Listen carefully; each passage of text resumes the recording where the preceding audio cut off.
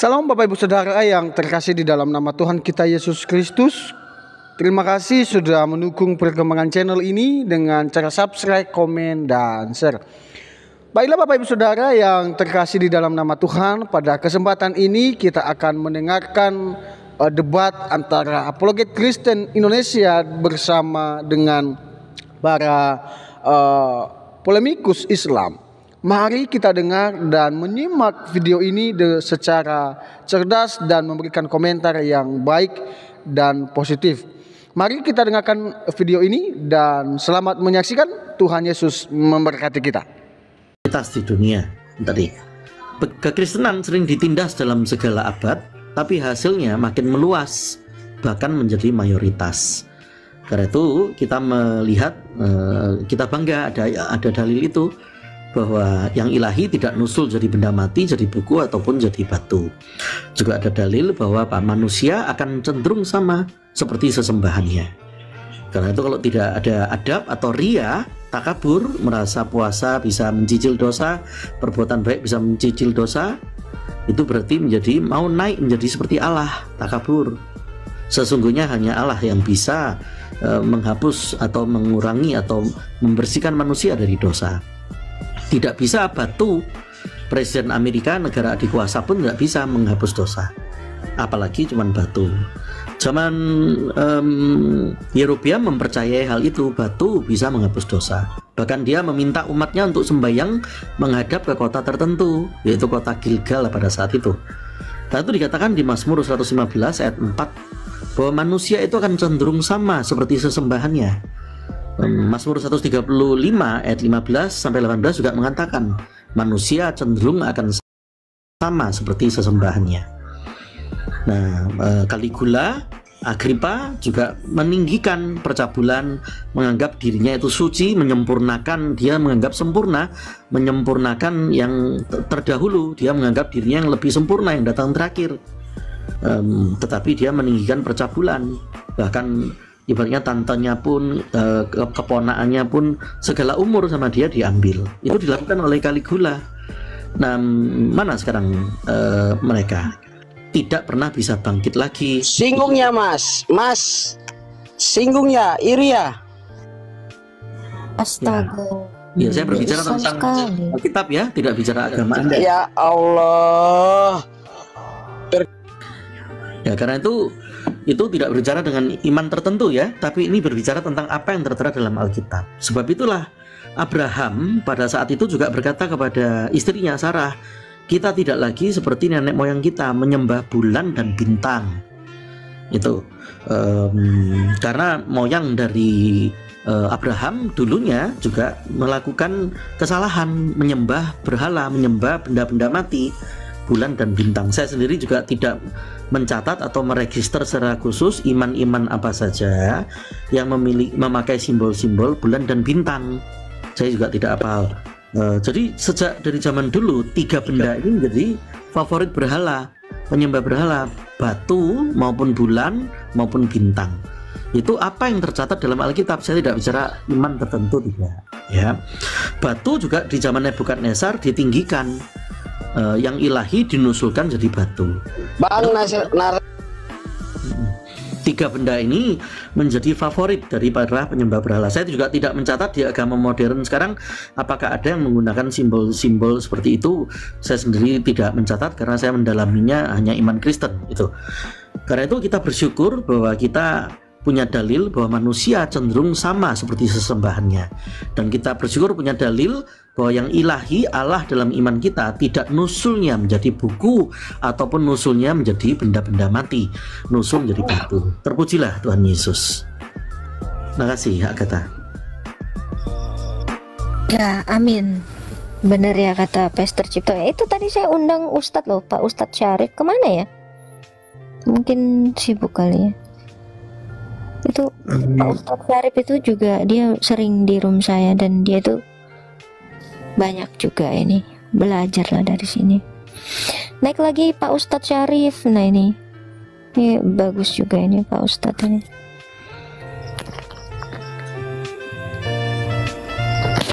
Mana Pak Ustadz Syarifnya tadi? Ada tadi ada. Naik aja Pak Ustadz. Udah lama ini nggak kayak ini. Pak Ini Ustadz ya. ini sempat populer ya dulu dalam lagu I'll shot the Syarif. I'll shot the Syarif. Syarif. Nah ini nih Pak Ustadz nih. Gimana Pak Ustadz?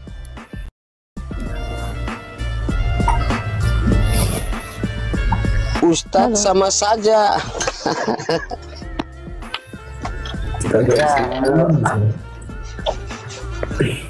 Ya, selamat malam teman-teman semuanya. Selamat malam Pak. Selamat malam. Salam toleransi. Gimana kabarnya Pak? Udah lama nih nggak kesini. Kita manggilnya Paus ya. Pak Ustadz.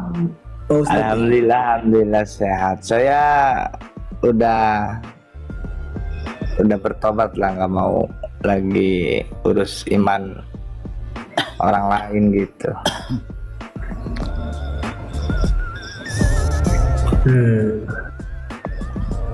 Ya kembali kepada keyakinan masing-masing aja sih pribadi.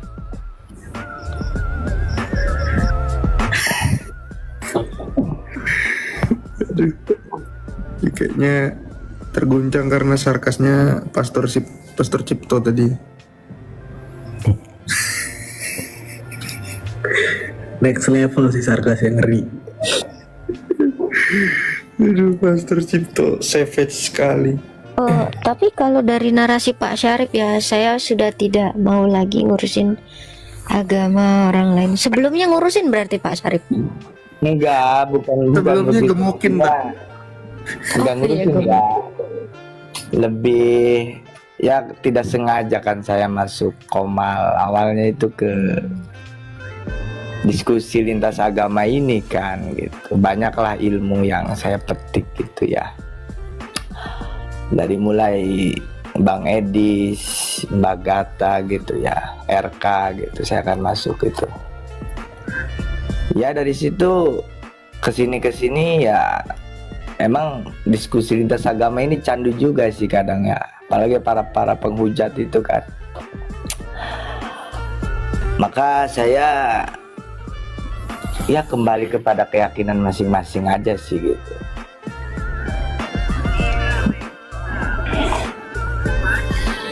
Iya betul, kita harus kembali kepada Maka, keyakinan kita. Iya begini juga, kita mencari apa yang tidak ada dalam Al-Quran pun kan, dibolak-balik pun nggak ada kan, lari ke hadis. Sedangkan ya kita beriman kepada Al-Quran sih. Betul. Kalau kita tadi ya, kayak kata Pak Syarif, kita kembali kepada iman kita masing-masing ya. Kalau orang Kristen beriman kepada Kristus yang dari sorga, yang sampai saat ini ada di dalam sorga. Nah, kalau Pak Syarif ini kan beriman kepada Allah yang memang benar-benar kakinya di neraka gitu ya Pak ya. Wallahualam. Jadi gak gitu juga. Jadi yang kami sembah ya, yang kami yakini gitu. Tapi pemahaman pribadi ya, takut kan kalau secara memahami secara seluruh umat Islam itu kan takut ada yang menyalahkan. Kalau pemahaman pribadi saya itu menyembah kepada sang sumber, menyembah kepada sang pencipta yang meliputi langit dan bumi ini. Dia hidup, dia ada, dekat ketika kita mau mendekat, jauh ketika kita jauh. Itu sih. Iya itu betul ya. Jadi kita itu memang beriman dan berakal ya Pak Syarif ya. Lirik lagunya Bimbo ya, Bang Syarif. Apa tuh? Kamu dekat, aku dekat, kamu jauh. Iya Bang Syarif. Nggak tahu saya lagu Bimbo, nggak tahu. Tapi itulah Pak Syarif ya. Iya, jadi gini Mbak Gata, saya juga kan puyeng juga Kalau lah kita- ketika saudara-saudara Kristen pun kan ketika bertanya gitu ya apa yang ada dalam Al-Quran itu. Karena ngomong-ngomong soal sumber dan sang pencipta ya, semua juga Tuhan mengaku sebagai pencipta gitu. Tetapi apakah bisa dibuktikan gitu? Karena ketika dikatakan Allah itu mencipta, berarti dia menghidupkan segala sesuatu kan gitu ya. Setuju ya Pak Syarif? Berarti sang pencipta itu identik dengan dia menghidupkan. Nah, Iya. di dunia ini ada begitu banyak Tuhan. Semua mengaku sebagai yang memberikan hidup gitu. Jadi wahyu umum ini memang dipakai seluruh agama sebagai klaim bahwa Tuhan dialah yang menciptakan alam semesta. Tetapi adakah di antara satu dari Tuhan ini yang bisa membuktikan bahwa dia itu sejak semula mencipta, maka ketika dia hadir pun di tengah-tengah kita, dia mampu menghidupkan sebagai sang pencipta. Saya tahu sebagai iman Kristen, saya sangat mempercayai sekali bahwa Yesus itu pernah menghidupkan orang yang mati. Ya, bahkan dia juga memberi kuasa kepada murid-muridnya untuk menghidupkan orang yang mati. Dari situ saya percaya dari dua kesaksian rasul lainnya, yaitu Petrus dan Rasul Paulus ini, yang masing-masing menghidupkan Yutikus dan Tabita. Ini menjadi dasar bahwa saya sangat yakin sekali Yesus yang menghidupkan Lazarus diikuti dengan kedua rasulnya yang juga yang menghidupkan orang yang sudah mati gitu. Ini dua kesaksian yang mendukung apa yang dilakukan Yesus. Maka saya dengan yakin dan pasti Kristus inilah yang sudah teruji sebagai pencipta, yang sudah teruji sebagai yang memberikan hidup. Bahkan dia sendiri membuktikan dirinya, dia mati, turun ke dalam kerajaan maut, menyatakan janji-janjinya kepada orang-orang di perjanjian lama, sekaligus membuktikan bahwa dia itu berhasil mengalahkan kematian itu, karena dia adalah sang hidup. Kalau dia adalah sang hidup, maka kematian itu tidak menguasainya. Nah, berbeda dengan iman lain gitu, berbeda dengan Tuhan-Tuhan lain gitu, boleh saja klaimnya sebagai pencipta. Makanya dari kemarin saya bilang, daripada iman kalian iman yang selalu mengancam orang-orang Kristen sebagai minoritas ini, daripada kalian sibuk untuk hal-hal yang negatif demikian, bawa-bawa ransel tiba-tiba meledak, mending kalian berdoa bersatu hati bersama-sama, minta Allah itu menghidupkan Muhammad yang adalah junjungan kalian. Minta Allah kalian itu membuktikan bahwa dia adalah sang pencipta itu, sang sumber itu, sang pemberi hidup itu.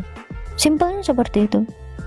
Jadi kita bisa melihat siapa yang teruji sebagai pencipta, atau kita hanya mau mempercayai asumsi-asumsi, konsep-konsep yang memang itu hanya klaim-klaim semata gitu. Itu aja dari saya Pak Syarif. Mari kita merenung aja dari sini.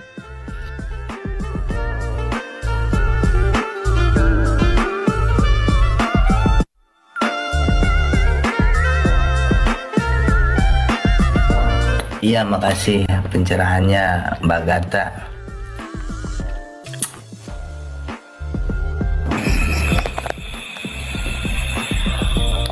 Nah, ini ada yang komen ya, Tuhan kok diuji? Bukan Tuhan itu diuji ya. Karena gini, kalau kita sebagai manusia yang berakal, kita ini semua kan terkontaminasi oleh si jahat, sehingga kita ini jauh dari pengenalan akan sang pencipta sejak semula gitu. Makanya ada agama-agama, ada berhala-berhala, ada Tuhan-Tuhan palsu, ilah-ilah lain gitu loh, yang mengaku-ngaku sebagai ilah, yang mengaku-ngaku sebagai pencipta. Nah, bagaimana cara kita melihat kebenaran itu? Bagaimana cara kita mencari kebenaran itu? Nah, Muslim sendiri kan dia sampai detik ini naik ke room saya itu lagi mencari kebenaran gitu. Nah, kita bukakan kebenaran dengan logika ini gitu loh. Jadi untuk yang di bawah yang mengatakan Tuhan kok diuji, iya dong, segala sesuatu itu memang harus diuji. Jadi kita tidak boleh mengimani sesuatu yang kosong loh. Kalau kita diciptakan hanya seperti sapi, seperti kambing, seperti kucing, mengimani yang udah ada, enggih-enggih aja gitu. Ya untuk apa Tuhan memberi kita pikiran? Pikiran itu ada untuk kita bisa menilai, untuk kita bisa menguji, gitu loh. Manusia aja diuji sebelum dia mencapai kodrat Allah, gitu loh. Jadi kalau ada yang mengatakan Tuhan kok diuji, iya dong. Karena kita kan mau cari tahu nih, karena terlalu banyak ilah di dunia ini. Ada begitu banyak yang ngaku-ngaku ilah. Tapi bagi kita ya memang cuma ada satu ilah yang benar. Karena tidak mungkin ada banyak ilah menciptakan satu manusia yang sama. Tidak mungkin banyak ilah menciptakan satu bumi yang sama. Tidak mungkin ilah yang menciptakan ini mengatakan bumi ini tidak bulat. Sebenarnya ini aja udah patah ya Prof ya.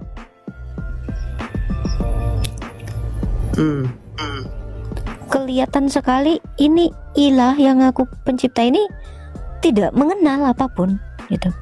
Gak tahu apa-apa. Betul. Nah itu agak disayangkan kalau kita sebagai manusia yang berpikir, kita manusia yang diciptakan segambar dengan Allah.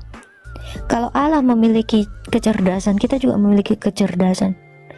Kalau Allah memiliki kehendak, kita juga berkehendak. Kalau Allah menguji, kita pun disuruh menguji loh.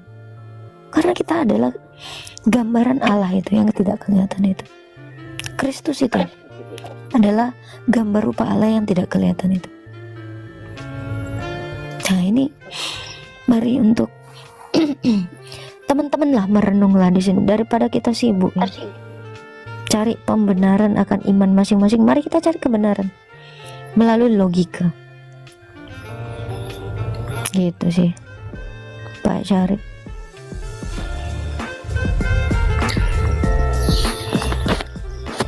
Ya Agatha, izin bertanya itu kalau salam kenal ya Kak Ustadz Syarif ya. Biasa saya jarang sekali bertanya untuk di iman lain, hampir nggak pernah. Karena memang saya ya. Tapi ini karena terkait kebangsaan. Besok kan kemerdekaan.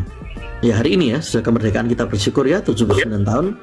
Semoga negara kesatuan Republik Indonesia huruf K tetap menjadi kesatuan, bukan menjadi khilafah atau bentuk-bentuk apapun yang lainnya. Terus terjaga selamanya. Nah tapi kalau nggak salah sekarang kan ada berita, koreksi saya kalau salah, itu Rhoma Irama dengan orang-orang yang mengaku habaib atau memang betul-betul habaib itu ya, dan semua pahlawan-pahlawan Indonesia cenderung mau disebut sebagai habaib itu, bahkan Wali Songo pun disebut sebagai habaib dari Yaman, padahal keluarga dari Wali Songo akhirnya sudah mendeklarasikan tidak benar itu, bahwa mereka bukan dari Yaman. Bahkan sebagian dari Wali Songo itu diketahui kan dari China. Kemudian disebut mereka juga keturunan habaib dan mereka habaib gitu ya. Mereka menyebut tidak benar itu tadi. Kalau nggak salah kan itu juga Profesor Mahfud, nah, sampai sekelas negarawan begitu ya, juga akhirnya berkata, koreksi jika saya salah, cuma itu kan banyak berseliweran di VT juga. Beliau mengatakan kan saya juga pro ke Rhoma Irama, karena Rhoma Irama tidak setuju dengan orang-orang yang mengaku-ngaku habaib atau apalah itu, saya kurang mengerti istilahnya. Cuman yang hendak izinkan saya bertanya, itu yang benar yang mana itu kira-kira? Apakah memang diajarkan untuk meninggikan dalam arti manusia, kalau itu keturunan misalnya, itu kalau junjungan dianggap sempurna, baginda misalnya dianggap sempurna, sehingga keturunannya juga harus dituankan. Kalau dalam iman kami Tuhan itu dari kata tuan gitu kan ya, dituankan. Kalau nggak salah ada VT itu sampai juga kalau lewat jalan kaki itu harus sampai kain sembayang itu apa namanya ya Agatha, sajadah atau apa itu harus ditata di lantai supaya kayak jadi karpetnya dari habaib tersebut berjalan begitu. Nah kemarin saya sempat bertanya, ada orang mengatakan oh itu tidak benar kalau seperti itu, tidak benar kalau tapi setelah orang itu ditanya tentang masalah hadits waktu itu oleh Jeki ya, ternyata orangnya belum pernah baca tapi langsung menafsirkan. Nah dari situ kami jadi ukuran, kalau itu aja dia baru tahu langsung menafsirkan, salah-salah pendapat dia bahwa habaib itu salah, mungkin pendapat dia juga keliru, salah-salah mungkin apa yang dari dua kubu itu saya nggak tahu mana yang benar. Kalau Ustadz Syarif lebih kemana? Gampangnya lebih untuk itu kan, iya itu kan awalnya menuhankan manusia gitu, nah menyembah manusia, sujud menyembah manusia. Kan saya cuma berpikir aja kalau orang sampai ditinggikan seperti itu, lain kali kalau misalnya saja ini contoh salah, dia minta perempuan lalu minta, kalau cuma minta rokok gampang kan, tapi kalau minta ini minta itu karena merasa dituankan dia, apakah itu lalu menjadi menuhankan manusia atau bagaimana? Kalau nggak salah Profesor Meta yang pernah dengar juga kan, kalau Suma atau Sumi atau Sumo itu saya lupa namanya, yang dari Makassar mengatakan bahwa junjungannya adalah Allah gitu. Nah kalau mengatakan junjungannya adalah Allah, berarti keturunannya juga masih punya garis berarti sebagai ilah atau Allah begitu. Apakah itu menuhankan manusia dan bagaimana efeknya kepada kebangsaan Indonesia? Itu yang benar yang mana gitu. Mungkin sebagian besar orang mau pro-nya kepada Rhoma Irama, tetapi salah-salah mereka yang habaib itu yang benar. Salah-salah apakah harus menuankan gitu nah manusia, mentuankan begitu manusia. Ya itu sebenarnya kan polemik itu antara habaib ya Ba'alawi itu dari Yaman itu kan terbongkarnya itu kan ada yang menyebutkan bahwa palsu itu nasabnya itu kan dari seorang kiai dari Banten lah, berinisial K lah gitu ya. Ya itu emang jadi bahan perbincangan juga sampai saat ini gitu. Aib juga sih untuk umat Islam ini kan. Gitu. Intinya kan awal-awalnya itu pribumi itu jadi cinta buta gitu, menganggap mereka itu turunan Nabi. Cuman jadi ajang mungkin kesempatan lah gitu ya. Makin kesini ya jadi polemik gitu.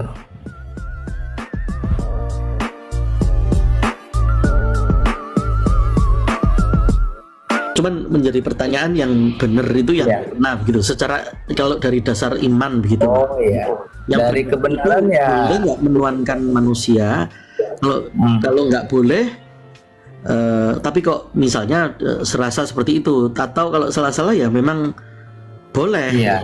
Mungkin kalau Ustadz Syarif mengatakan nggak boleh itu, tetapi bagaimana kami tahu Ustadz Syarif mendengar? Begini, jadi pencipta ya, kalau di Islam itu kan Tuhan itu kan laisa kamitslihi syai'un ya, di surat Asy-Syura ayat 11. Tidak ada sesuatu pun yang serupa dengan Dia. Terus walam yakulahu kufuwan ahad di surat Al-Ikhlas ayat 4, dan tidak ada siapapun yang sama dengan Dia. Gitu. Jadi kami itu menganggap Nabi Muhammad itu cuma sebagai utusan gitu. Dia diutus sebagai nabi dan rasul gitu. Dia diberi wahyu gitu. Diberi kitabullah yang dinamakan itu Al-Qur'an. Itu aja sih. Izin melanjutkan pertanyaan. Saya pernah mendengar Timothy Al-Awwal, salah satu apologesis ya, bertanya tentang Nur Muhammad kepada orang yang Muslim itu. Kalau tadi kalau mengatakan kan itu hanya utusan, baginda itu hanya utusan. Tapi menurut mungkin hal ini Profesor Meta ya lebih ahli, Václav juga lebih ahli, Raja Debat juga lebih ahli. Karena itu kalau nggak salah itu ditanyakan Nur Muhammad, pandangan tentang konsep Nur Muhammad itu kan ada 3. Ada yang mengatakan itu sebagai kekal, ada juga yang mengatakan tidak kekal, ada juga yang mengatakan itu macam ilahi kecil. Ada 3 pandangan itu. Jadi ada yang mengatakan itu Allah kecil, ada yang mengatakan itu adalah ciptaan tapi mendahului yang lain. Ada juga yang mengatakan itu bukan ciptaan tapi kekal. Ada 3 golongan besar itu.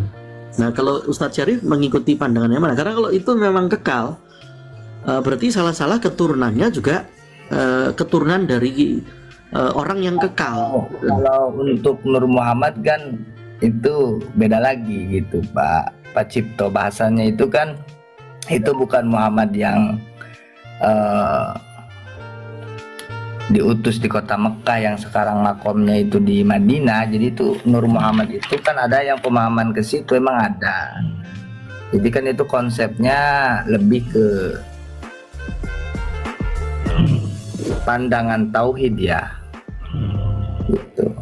Jadi ada di Islam itu yang berpandangan tauhid, maka tiada yang wujud melainkan yang wujud itu hanya Allah. Maksudnya jika secara kiasan atau perumpamaan, yang menyembah itulah yang sebenarnya yang disembah. Yang disembah itulah sebenarnya yang menyembah. Dan itu maknanya bahwa yang menyembah dan yang disembah itu adalah satu.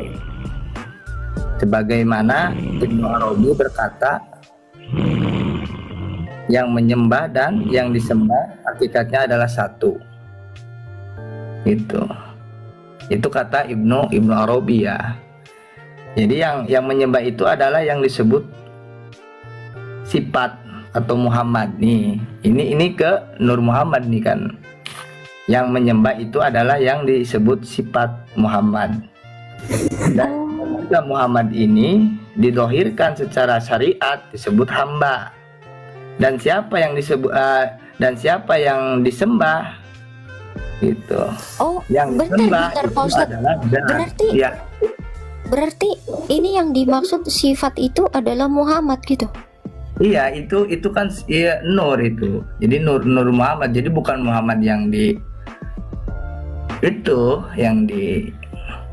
Madinah. Ini lebih ke bahwa penciptaan awal dunia ini dari Nur Muhammad. Itu Nur Muhammad. Nah, kalau Muhammad yang di Madinah itu siapanya, Prof? Pak Syarif. Itu kan yang Nur Muhammad yang Johir gitu. Ya, Nur Muhammad yang Zohir gitu. Berarti Muhammad adalah Allah dong kalau gitu. Enggak seperti itu. Ini kan kalau dibawa ke konsep pandangan salah satu tauhid ya, ada yang seperti itu. Jadi makna yang disembah dan yang menyembah itu menjadi satu. Itu. Bentar. Nur Muhammad itu sifatnya Allah. Sifat Allah itu dari mana? Melekat di dalam diri Allah atau di luar dari zatnya Allah? Oh itu Dohir. Jadi dohir secara syariat disebut itu hamba. Saya belum bicara tentang johirnya dulu. Allah itu kan wujud ya. Iya. Nur Muhammad itu adalah sifat Allah gitu kan. Dari sifat-sifat Allah itu Nur Muhammad itu yang mana itu? Itu kan, jadi Nur Muhammad ini kan terbagi-bagi ya. Jadi Allah Subhanahu wa Ta'ala ini menciptakan langit, yaitu dari percikan Nur Muhammad, menciptakan bumi dari nurnya Muhammad, menciptakan manusia pun termasuk dari nurnya Muhammad itu. Berarti bisa dikatakan Muhammad ini, Nur Muhammad ini adalah kalam. Dan siapa nih sebenarnya Muhammad ini? Muhammad ini tiada lain, nyatanya ada yang menyebutkan nyatanya itu Allah juga. Maka itulah Allah itu namaku, Muhammad itu wujud diriku. Ada yang pemahaman ke situ ada. Tapi kalau saya pribadi enggak ke situ. Karena ketika gini ya Pak ya. Kalau kemarin saya juga menangkap ya dari statementnya Juma ya, Allah adalah sifat, Nur Muhammad adalah sifatnya Allah. Sifat Allah tidak mungkin di luar dari diri Allah, pasti melekat pada zatnya. Kalau Nur Muhammad ini johir menjadi manusia Muhammad ya, apakah ketika Nur Muhammad ini menjohirkan dirinya, kenurannya atau sifat Allahnya itu hilang? Jadi kan begini ya, siapa sebenarnya Muhammad ini? Muhammad ini tiada lain nyatanya Allah juga. Maka itulah Allah, itu namaku. Muhammad itu wujud diriku. Disitulah letaknya Allah, itulah yang mengingat dan yang menyembah akan dirinya sendiri. Namun kata-kata menyembah pertanyaan saya gini, ketika sifat Allah ini johir ya, bertajali ya, apakah sifat Allah ini tergerus hilang menjadi sepenuhnya johir atau keduanya? tetap ada. Jadi keilahiannya atau sifat Allahnya tidak hilang bersama-sama dengan kemanusiaannya. Iya, jadi emang ini narasi seperti ini sebenarnya udah diperingatkan juga ya di kalangan para ulama itu. Narasi kata-kata menyembah seperti ini kan akan dirinya sendiri, tidak boleh diucapkan secara zahir, cukup diyakini dalam kolam batin setiap hamba itu. Jadi tidak boleh dinarasikan ke publik itu pemahaman ini. Tapi gini ya Pak Syarif ya, dasar Anda mengatakan hal demikian ini kira-kira adakah di dalam Quran sendiri gitu? Gimana? Nur Muhammad ini ada nggak sih? Atau ini pemahaman di luar dari Quran sendiri? Ini di luar ini. Di luar. Ini lebih kepada konsep ketauhidan sih ya. Ini berarti ini adalah apa ya? Bentuk dari kalau versi Kristennya askatis ya, perenungannya. Ini berarti konsep Anda ini adalah bentuk dari perenungan Anda akan penyesuaian untuk mengenali Allah gitu. Iya, tapi kalau secara umumnya gitu ya, kami ini kan kata menyembah ini hanya untuk kepada Allah. Kalau untuk Muhammad itu cuma mengikuti, itu taatlah. Jadi tapi bukan menyembah. ini ya, pertanyaan saya gini Pak, ini simpelnya. Apakah sifat Allah ini melekat kepada Muhammad juga yang adalah nabi? Dia pasti melekat gitu, karena kan dia utusannya. Karena sifat Allah itu udah pasti Allah. Enggak. Karena kan kami ini kan menganggap Muhammad itu kan cuma utusan, dia khotamin nabiyyin, penutup para nabi dan rasul gitu. Gitu. Oke. Jadi intinya misal kalau gini ya Pak. Misal tidak gini ya lewat, Pak. Ini saya kasih lewat, analogi gini ya. Saya kasih analogi gini. Pak Syarif ini adalah manusia. Sifat-sifat Pak Syarif ini kan ada di dalam diri Pak Syarif gitu ya. Kelaki-lakian Pak Syarif ini ada nggak di dalam Pak Syarif? Kan tentang Nur Muhammad kan ada ya di hadis qudsi seperti begini ya ucapannya. Jadi takut saya nggak bawa data ya. Di hadis qudsi ada narasi seperti begini. Laulaka ya Muhammad makhalaqtul aflaq. Kalau bukan karenamu Muhammad, kata Allah, aku tidak akan menciptakan semua yang aku ciptakan itu. Jadi di situ. Yohanes 1:3. Yohanes 1:3. Enggak, saya nggak mau ke situ. Bisakah Allah menciptakan tanpa Nur Muhammad?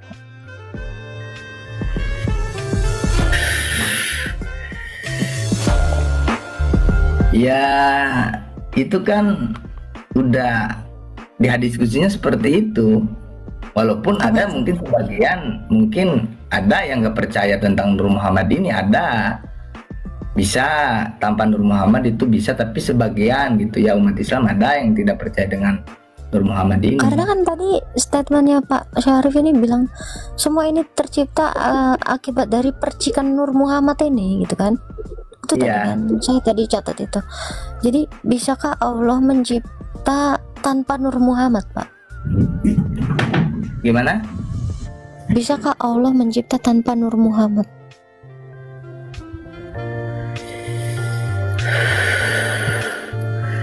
Bisa aja, soalnya dia kan maha kuasa gitu. Kan Nur Muhammad ini adalah sifat. Dengan apa Allah menciptakan segala sesuatu? Ya dengan kekuasaannya, Mbak. Iya, kekuasaannya itu sifatnya bukan? Iya, dia. Tahu dulu, Mbak. Silakan.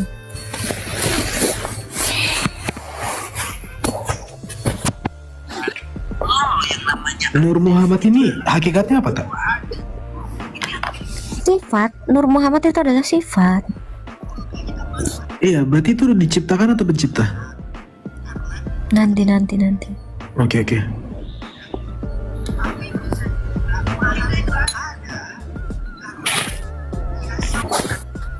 Kalau misal diciptakan, masa sifat diciptakan kan nggak mungkin ya?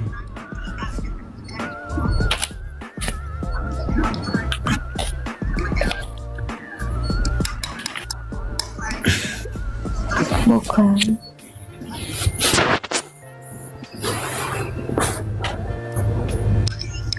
Ini ada yang mau bisa jawab nih, kita naikin ya.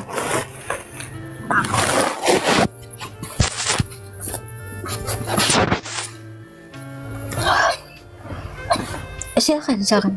Loh, mana dia? Selamat malam semua. Alfat. Ya, selamat malam, Pak. Izin sebentar saja, saya mau bincang sebentar sama Pak Syarif. Pak Syarif, Assalamualaikum Pak Syarif. Ya, waalaikumsalam Bang. Ada pesan Allah begini, A'udzubillahi minasyaitonir rajim, bismillahirrahmanirrahim. Wa la taqfu ma la syiraka bihi ilmu ila sam'a wal basyara wal fu'ada khulu ulaika kana anhu mas'ula. Jadi tidak boleh kita, lebih baik kita diam daripada kita menjawab tanpa pengetahuan, karena sesungguhnya pendengaran, penglihatan dan hati nurani akan diminta pertanggungjawaban. Wala ta'fu man laslaka bihi ilmu ila sam'a wal basyara wal fu'ada khulu ulaika kana anhu mas'ula. Surat Al-Isra ayat 36. Baik, akan saya jawab insyaallah dengan segenap kemampuan, tidak ada daya dan upaya kecuali atas pertolongan Allah. Bismillahirrahmanirrahim. Nuris samawati wal ard, dalam surat An-Nur ayat 35.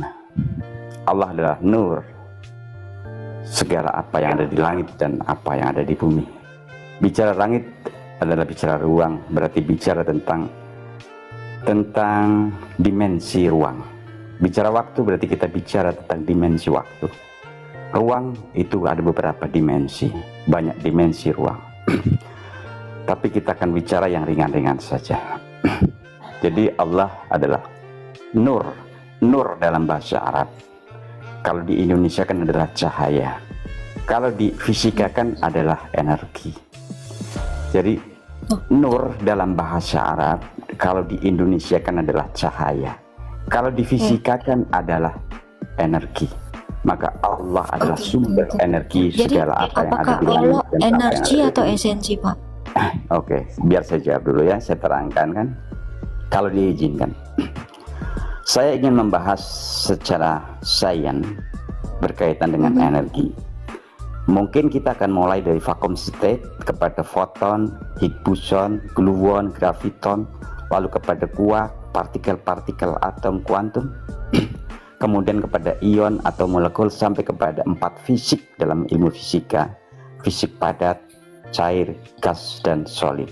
Ada dan gas, plasma, cair, dan solid. Semua fisik ini berasal dari partikel-partikel, yang partikel ini berasal dari energi. Dalam teori fisika, di mana teori ini telah mendapat. Tunggu Pak, ya. sorry Pak. Kalau Anda mengatakan segala sesuatu itu berasal dari energi, nah energi ini dari mana? Ya sebentar, saya kan akan jawab. Sedang saya jawab. Kalau diizinkan, kalau tidak saya akan turun kembali. Teori Enggak, ini, jadi kita jangan sebentar. panjang-panjang tapi kosong gitu loh. Saya Saya kuliah tanya. sampai ratusan SKS. Iya itu nggak bukan apa-apa, waktu tetap yang aja bumi panjang. datar di dalam pandangan Iya. Anda kan. Iya. Saya tanya Pak, kalau segala sesuatu berasal dari energi, energi itu adalah kekuatan. Saya tanya, kekuatan ini sumbernya dari Saya mana? sedang menjawab, tolong dibiarkan saya menjawab atau Anda yang akan menjelaskan. Begitu.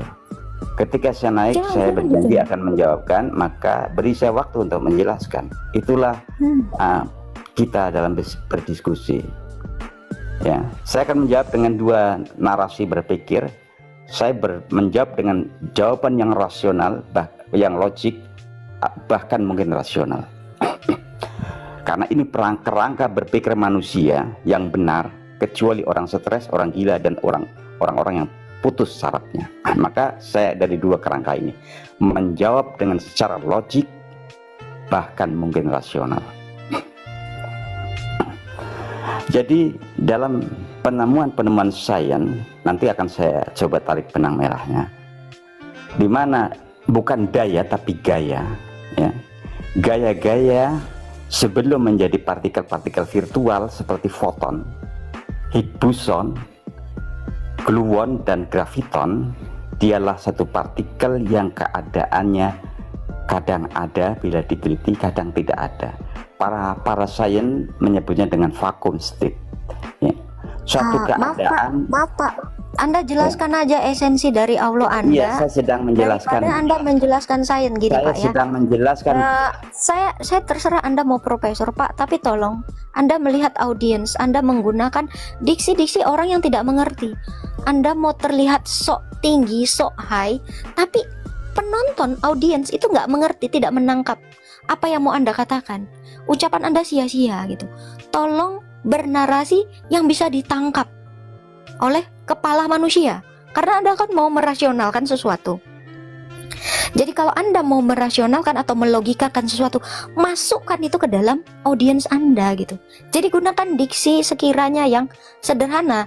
Whatever kamu mau MC apa segala apa ya, gelar kamu di dalam ranah diskusi.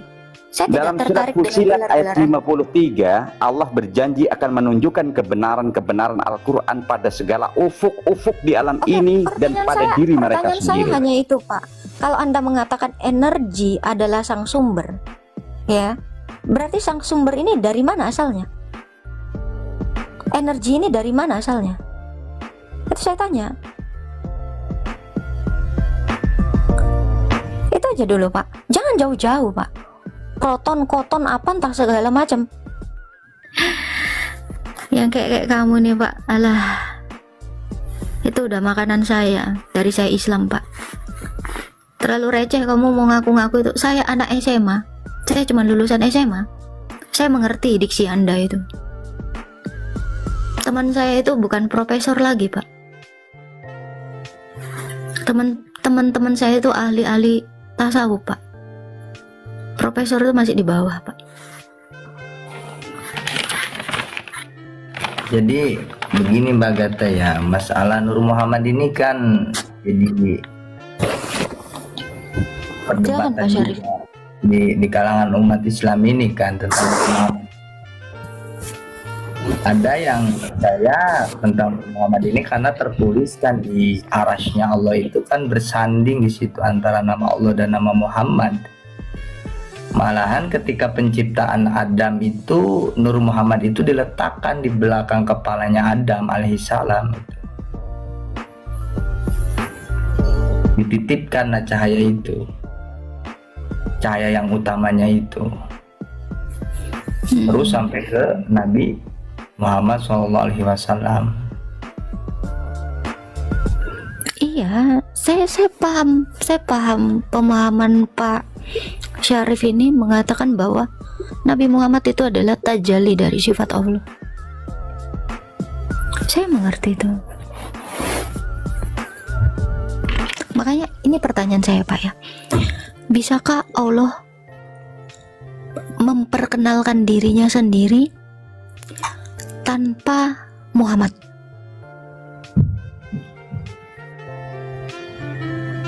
Jadi begini ya Mbak Gata, kalau tidak lewat Muhammad, kami tidak akan tahu kepada sang pencipta itu.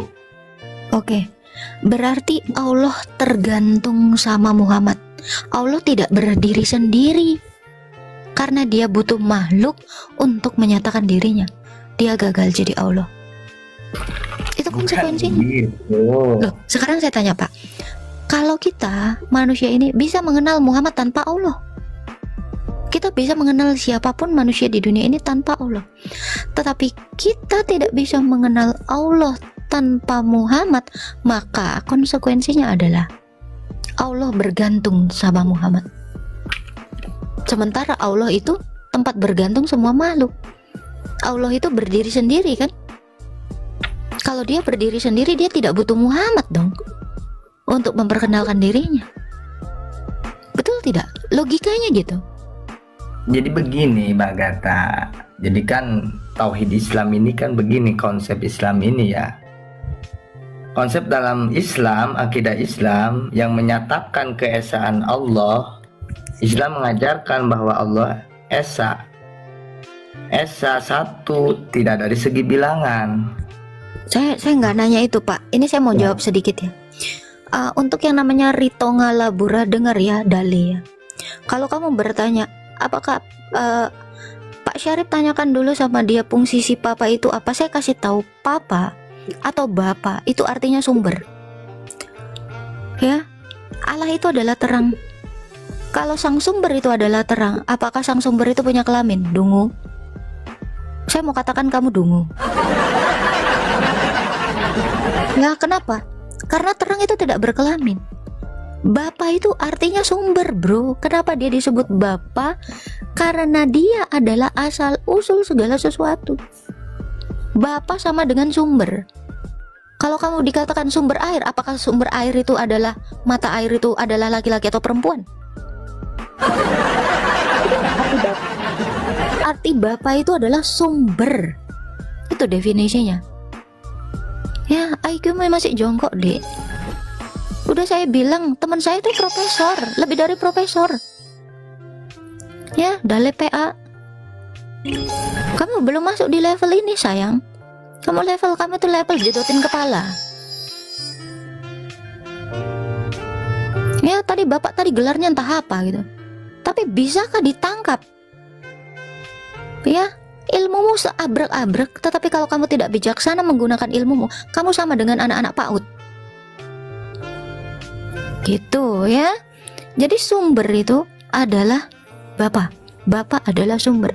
Sumber air adalah mata air. Mata air ada jenis kelaminnya? Enggak, Dek. Karena saya berkali-kali katakan, Allah adalah kasih. Kasih itu nggak punya gender, nggak punya tangan, nggak punya wajah, nggak punya betis. Allah adalah terang. Terang itu nggak punya wajah seperti di Quranmu. Terang itu nggak punya betis seperti di Quranmu. Terang itu nggak punya kedua tangan seperti di Quranmu. Saya kasih tahu, itu Allah saya. Allah bukanlah manusia. Berkali-kali saya katakan itu. Saya bukan tidak memahami, saya bukan menguasai iman saya. Saya kuasai iman saya. Saya juga kuasai iman kamu. Untuk modelan kayak kamu ini, jedotin aja dulu kepalamu, Dek. Ya. Belum levelmu ini, Dek. Jadi sama seperti Allah yang levelnya maha tinggi, dia merendahkan dirinya supaya apa? Supaya orang itu menerima dengan logika, supaya orang-orang itu menerima dengan nalar, sama seperti yang saya lakukan. Saya bisa saja mengaku saya tamat SD, SMP, SMA, tapi sebenarnya saya adalah profesor. Tetapi saya, demi supaya audiens saya memahami apa yang saya katakan, saya harus merendahkan diri saya untuk mencapai nalar itu kepada kalian. Makanya saya bilang ya, berilmu tidak bijaksana, sia-sia. Bijaklah menggunakan ilmu kamu, jangan show off di sini, sayang. Hikmat manusia itu nggak berguna bagi Allah. Ya. Hikmat manusia itu hanya berguna bagi manusia, tetapi hikmat Allah berguna bagi manusia. Allah aja bisa merendahkan diri, kok manusia ini sok-sokan mau pamer gelar-gelarnya yang sampah menurut saya. Sampah itu gelar sama saya. Jangan adu gelar sama saya. Saya bisa tunjukkan gelar saya banyak.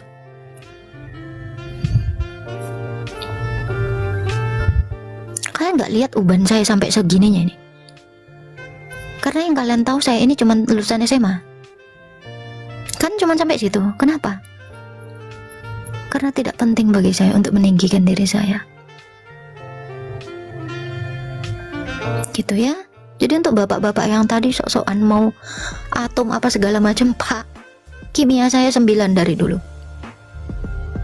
Saya bukan orang yang tidak sekolah. Gitu ya. Untuk kamu Ritonga Dale ya, jedotin dulu kepalamu. Makanya saya bilang, saya tertawa membaca kitab kalian ya. Mohon maaf Pak Syarif, saya ketawa sekali. Kenapa? Ketika gereja melakukan konsili untuk mengkanonkan Alkitab kami. Kitab kalian mengatakan bahwa Injil kami itu diberikan Allah kepada Isa gitu. Saya mau ketawa aja sebenarnya itu. Berkali-kali saya katakan, saya ketawa dengan iman kalian yang masih prematurin tapi udah launching gitu loh. Makanya kalian belum siap menjawab pertanyaan-pertanyaan saya. Pertanyaan saya simpel. Saya nggak mau bertanya yang rumit-rumit seolah-olah berkelas. Pertanyaan anak kecil kok pertanyaan saya. Makanya saya katakan, pertanyaan anak kecil ini sudah ada di kepala saya sejak saya SD. Tapi tidak ada yang mampu jawab dari sekian banyak ustadz yang saya datangi. Yang bisa menjawab pertanyaan saya itu cuman romo saya. Berkali-kali saya katakan ini. Ya. Jadi ilmu sains yang kalian miliki ini tidak lebih berarti dari apapun daripada keselamatan kita. Jangan memikirkan dunia ini. Dunia ini cuma sementara. Tapi fokuslah kepada apa? Hidup kalian di masa depan setelah kematian. Makanya saya katakan, inilah ajaran tertinggi dari Tuhan yang benar itu apa? Kasih. Mengasihi sesama itu adalah wujud dari kamu mengasihi Allah. Kapan hari kamu mengasihi sesamamu? Kalau kamu mengasihi sesamamu dengan cara yang tidak wajar, kamu tidak mengasihi Allahmu. Ya, itu lagi-lagi saya katakan, wujud dari mengasihi Allah adalah mengasihi sesamamu. Kalau kamu pun tidak mampu mengasihi sesamamu, jangan kamu bilang sombong sama Tuhan. Tuhan, aku udah puasa. Tuhan, aku udah berbuat baik. Tuhan, aku begini. Jangan pamer sama Tuhan. Lagi-lagi kata Pak Cipto, itu seperti kain kotor. Jangan pernah kita ini apa? Memamerkan apa yang kita lakukan kepada Allah sehingga kita minta reward. Itu cara pikir apa? Cara pikir iblis. Datang kepada Allah dengan kerendahan hati, itu yang paling penting. Jangan kamu berdoa, Tuhan, aku kan udah puasa, aku kan udah ini, aku dapat ini ya. Ibadah sifatnya transaksional. Ya, buat bapak-bapak yang di bawah sana ya, jangan sok-sokan Pak. Udah saya bilang, minimal jadilah seperti manusia wajar. Apa wajarnya manusia? Fitrahnya manusia itu apa? Bukan berbuat dosa. Itu fitrah manusia. Udah saya bilang berkali-kali, mari pakai logika. Saya juga pakai logika kok. Saya bukan orang yang gak berlogika gitu loh. Jangan cukup iman, kenali Allah kalian. Makanya ini nih Yohanes 17 ayat 3, yang kalian kira ini adalah kelemahan saya jadikan senjata saya. Kalau mau hidup kekal, kenal Allah, kenal Yesus. Kalau kamu mau hidup kekal, gak pernah dikatakan kenal Allah, kenal Musa. Mau hidup kekal, gak pernah dikatakan kenal Allah, kenal Muhammad. Gak ada. Hidup kekal itu hanya mengenal Allah yang benar, yaitu Bapa dan Yesus. Ini kalau kamu hidup kekal, sisanya ya kamu tidak akan bisa hidup kekal kalau tidak mengenal Yesus. Karena apa yang dinyatakan oleh Yesus itu adalah Bapa. Karena Yesus adalah gambar Allah yang tidak kelihatan. Kalau mau kenal Allah, lihat Yesus. Seperti apa perilakunya? Ngewek bocil? Enggak. Ngewek babu? No. Selingkuh? Najis. Itu gambaran Allah. Kudus, kudus, kudus. Bukan nepsong, bukan ngaceng. Jijiin tuh. Bagi saya itu kejijian. Gitu, ya.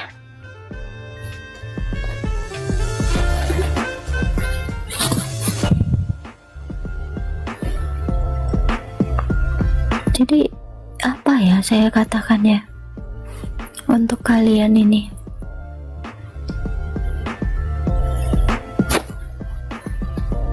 jangan menjadi instrumen dari iblis. Berkali-kali saya katakan, jangan mau. Ya, Islam ini apa ya, saya lihat ya, terlalu meninggikan egonya gitu. Jangan. Di atas langit masih ada Hotman Paris. Tapi itu ya Pak Syarif ya. Mau lihat nggak Pak Syarif Yohanes 17 ayat 3 itu Pak Syarif?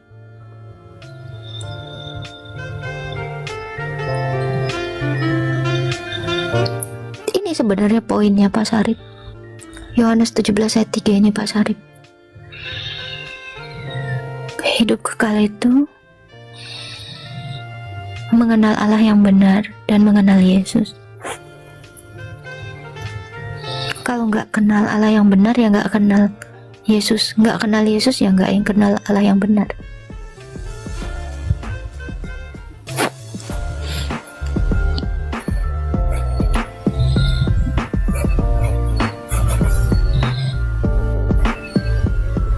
Nah ini nih si Ritonga ini, Hotman Paris lebih berguna daripada Yesus katanya. Kalau gitu minta sama Hotman Paris bangkitkan Nabi Muhammad. Kalau dia lebih berguna, karena Yesus itu membangkitkan siapa saja yang ia kehendaki. Yohanes 5 ayat 20 sampai 21. Sebab sama seperti Bapa membangkitkan, menghidupkan siapa yang ia kehendaki, demikian anak. Kalau Yesus bisa membangkitkan siapa yang dia kehendaki, suruh Hotman Paris membangkitkan nabimu. Kalau dia lebih berguna. Wah nggak mampu kok sampai detik ini Allahmu. Boro-boro Hotman Paris. Lebih baik memang kamu menyembah Hotman Paris. Hotman Paris minimal ngasih duit.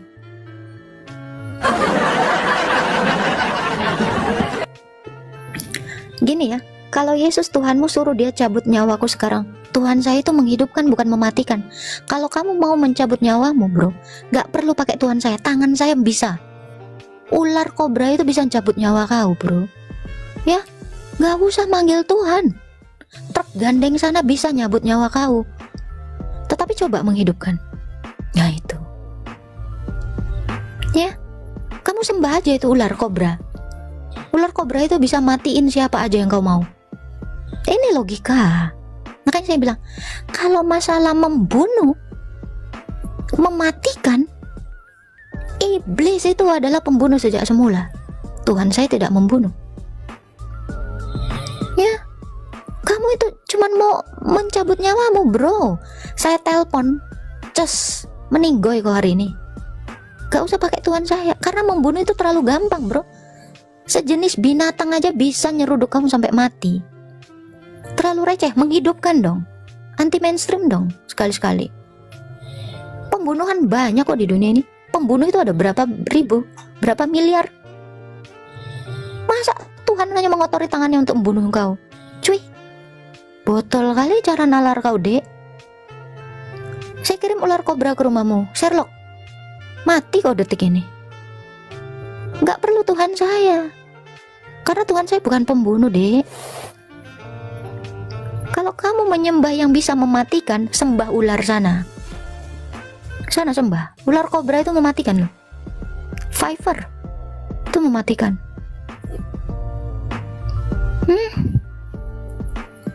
Kok botol kamu loh? Logikamu dek, laki kok kayak gini nih.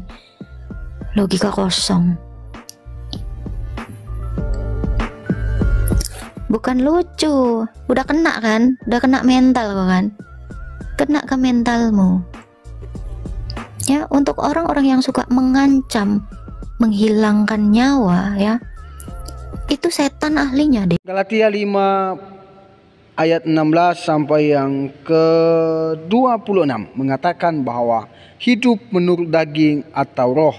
Maksudku ialah hiduplah oleh roh, maka kamu tidak akan menuruti keinginan daging. Sebab keinginan daging berlawanan dengan keinginan roh, dan keinginan roh berlawanan dengan keinginan daging.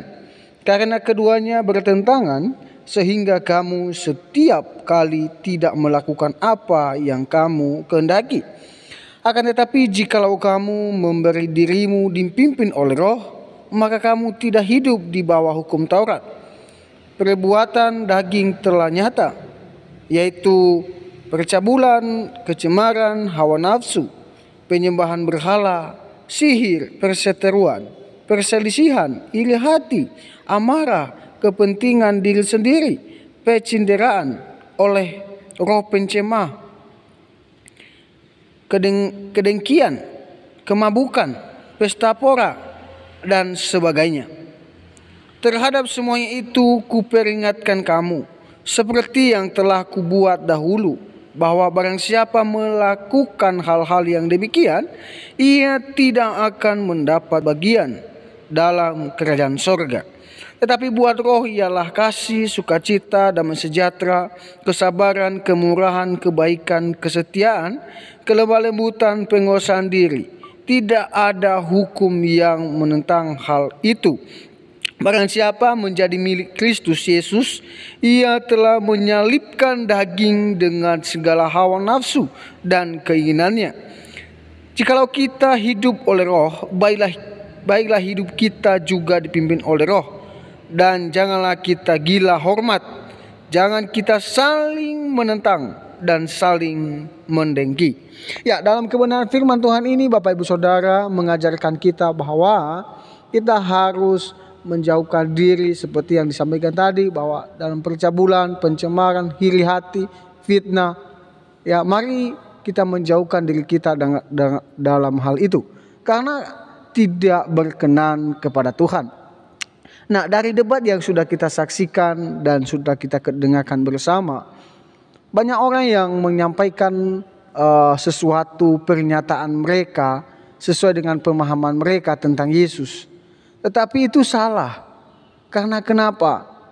Kembali lagi kita kepada Alkitab.